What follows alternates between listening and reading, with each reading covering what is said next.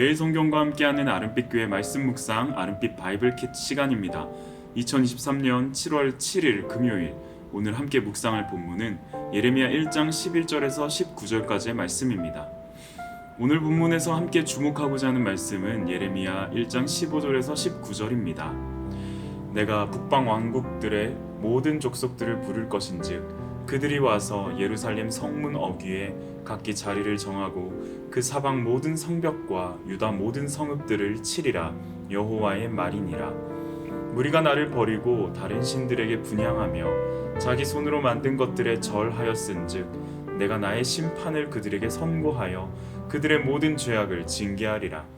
그러므로 너는 내 허리를 동이고 일어나 내가 내게 명령한 바를 다 그들에게 말하라. 그들 때문에 두려워하지 말라. 내가 그들 앞에서 두려움을 당하지 않게 하리라. 보라, 내가 오늘 너를 그 온 땅과 유다 왕들과 그 지도자들과 그 제사장들과 그 땅 백성 앞에 견고한 성읍, 쇠기둥, 놋 성벽이 되게 하였은즉 그들이 너를 치나 너를 이기지 못하리니 이는 내가 너와 함께하여 너를 구원할 것임이니라. 여호와의 말이니라. 하나님의 강권적인 소명을 받은 예레미야에게 두 가지 환상이 보여집니다. 첫 번째 환상은 살구나무입니다. 하나님은 살구나무를 보고 있는 예레미야를 향해서 이는 내 말을 지켜 그대로 이루려 한다 라고 말씀하십니다.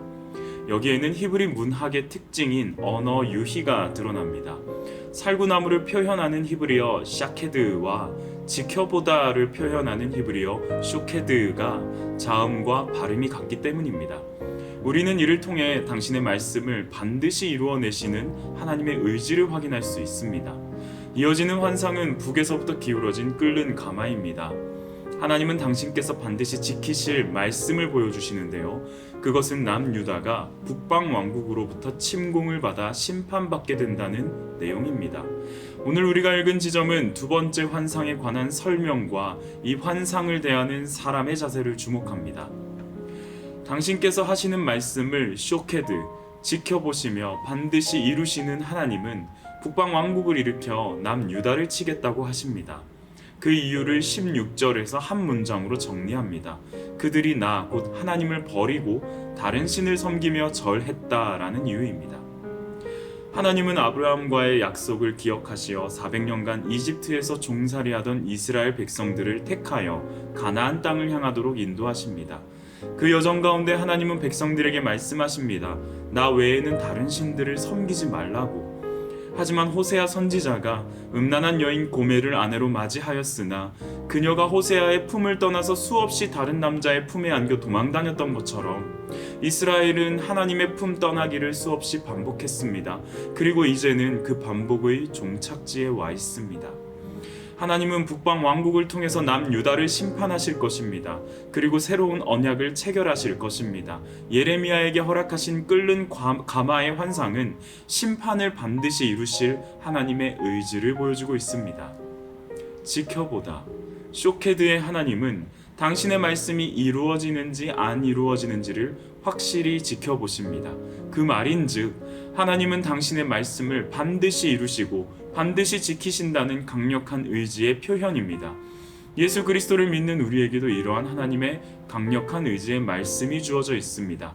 그것은 승천하신 아들 예수 그리스도가 심판의 검을 들고서 이 땅 가운데 재차 임하실 것이라는 종말의 때와 재림의 말씀입니다. 사람들은 대부분 미래의 어떠한 것을 가지고 염려합니다. 앞으로의 부동산의 값어치, 나와 가족에게 임할 앞으로의 건강 문제, 무엇으로 벌어먹고 살지의 취업 고민, 누구를 만나서 가정을 이루어야 할지와 같은 배우자 문제 등으로 우리는 미래를 염려하고 고민하며 그것이 우리의 기도 제목이 됩니다. 그런데 그 누구도 가장 확실한 미래, 가장 확정적인 미래로서 종말의 때에 오실 예수 그리스도의 심판에 대해서는 고민조차 하지 않습니다. 다른 무엇보다도 하나님께서 가장 명확하게 언급하신 말씀임에도 불구하고 우리는 자신에게 더 중요하다고 여겨지는 순서대로 미래를 염려하기에 급급합니다. 그만큼 예수 그리스도의 재림은 그다지 중요하게 여김받지 못하고 있습니다. 그러나 우리가 받아들이는 중요성의 여부와는 상관없이 하나님의 말씀은 반드시 이루어질 것입니다. 그런데 여기서 우리가 주목해야 할 지점은 이러한 심판이 선언된 17절 이후의 내용입니다. 하나님은 그 메시지를 예레미야에게 허락하십니다. 그리고는 두려워하지 말고 가서 전하라고 말씀하십니다. 하나님께서는 사람들에게 비춰지는 예레미야의 모습을 견고한 성읍, 쇠기둥, 놋 성벽과 같이 든든하게 세우실 것이라고 다짐하십니다. 예레미야의 심판 메시지를 들은 그들이 예레미야를 칠 것이나 결코 이기지 못하게 하실 것이라고 하나님은 선언하십니다. 여호와 하나님께서 당신의 메시지를 전하는 예레미야를 지키시고 이기게 하시며 구원하실 것이라고 확정하십니다. 이 땅의 황무함을 보십시오. 정상과 비정상을 구분하는 기준이 희미해지고 있습니다. 기준이라는 것 자체가 사라진 때입니다. 각자 자기의 소견에 옳은 것이 기준이 되었습니다. 고등부에서 무엇이든 물어목사라는 주제로 약 한 달간 시리즈 설교를 이어가는 중입니다. 알면 알수록 이 세대가 마주하는 세상이 더욱더 하나님의 품을 떠나기 위해 발악하고 있음을 느끼게 됩니다. 자녀들에게 하나님의 말씀이 기준이야 라는 것을 전하는 것조차도 이제는 쉽지 않습니다. 그래도 해야 합니다. 왜냐하면 하나님께서는 저와 여러분에게 세상을 거스르는 역행자가 되는 자녀로 삼으셨기 때문입니다. 어둠에 살던 우리를 건져내시어 우리 안에 당신의 빛을 새기시고 어둠 가운데 빛의 역할을 감당하도록 세우셨기 때문입니다. 19절에서 사람들이 예레미야를 칠 것이다 라는 표현은 그저 타격을 말하는 것이 아닙니다. 전쟁을 표현하는 단어입니다. 그들이 하나님의 말씀을 전하는 예레미야에게 전쟁을 선포하고 응할 것입니다. 일대 수천, 수만으로의 싸움입니다. 하지만 하나님께서는 말씀하십니다. 두려워하지 말라고. 하나님이 없는 수천 수만보다 하나님이 계시는 일, 그 한 명이 승리한다고. 이 말씀을 우리의 일상에 적용하기를 원합니다. 예수를 구주로 믿는 우리는 신분이 변화되어 하나님 편에 선 군대입니다. 이 땅에 발을 딛고 살아가는 우리의 일상은 전쟁의 연속입니다. 반드시 이루어질 하나님의 말씀은 명확합니다. 종말의 때에 재림의 심판과 구원이 있을 것이라는 약속입니다. 그래서 우리에게 주어진 사명은 이 말씀을 때를 얻든지 얻지 못하든지 전하는 것입니다. 왜냐하면 언제가 종말의 때일지는 하나님만 아시기 때문입니다. 오늘 만나는 누군가에게 예수를 증거합시다. 말뿐만이 아니라 삶으로 증거합시다. 나의 감정과 물질에 손해를 더하는 사람 앞에서 분노를 드러내기보다 70번에 7번도 용서하라는 예수님의 말씀을 생각합시다. 그러한 모습들이 비추어져서 저 사람 오늘 왜 저래? 라는 이야기가 나오도록 살아내봅시다. 우리를 향한 평가의 의문들이 쌓여갈 때 이처럼 가득한 평안의 삶이 예수를 믿는 자의 모습이다 라는 결과로 누적될 줄 믿습니다. 그것이 말뿐이 아니라 삶으로 드러내는 예수 믿는 자의 향기입니다. 그러나 분명 육신의 정욕, 안목의 정욕, 이생의 자랑이 침투한 이 세상의 기준은 우리의 마음을 뒤흔들 것입니다. 하지만 그럴 때마다 두려워하지 말라는 하나님의 말씀을 생각합시다. 그러한 순간마다 보라, 내가 세상을 이기었노라 라고 가장 먼저 승전보를 전하신 예수 그리스도를 기억합시다.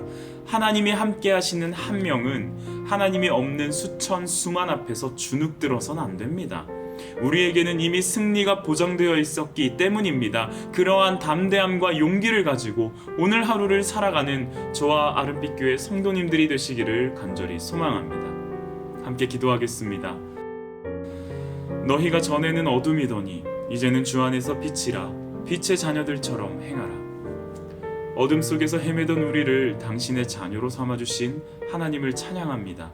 가장 먼저 부활의 열매가 되시어 세상을 이기는 승리를 보여주신 예수 그리스도를 경배합니다. 쇼케드의 하나님은 언약하신 말씀을 반드시 지키시며 이루어내실 줄 믿습니다. 그 믿음 가지고서 오늘도 보이는 세상 가운데 보이지 않는 하나님을 의지하며 살아가길 원합니다. 마주하는 삶 속에서 숱한 전쟁된 순간들 가운데 두려워하지 말라고 말씀하시는 하나님의 후원을 등에 힘입어 나아가길 원합니다. 오늘도 내 삶이 그리스도의 살아계심과 그 사랑의 향기를 전하는 일상 되게 하여 주옵소서. 감사를 드리며 예수님의 이름으로 기도합니다. 아멘.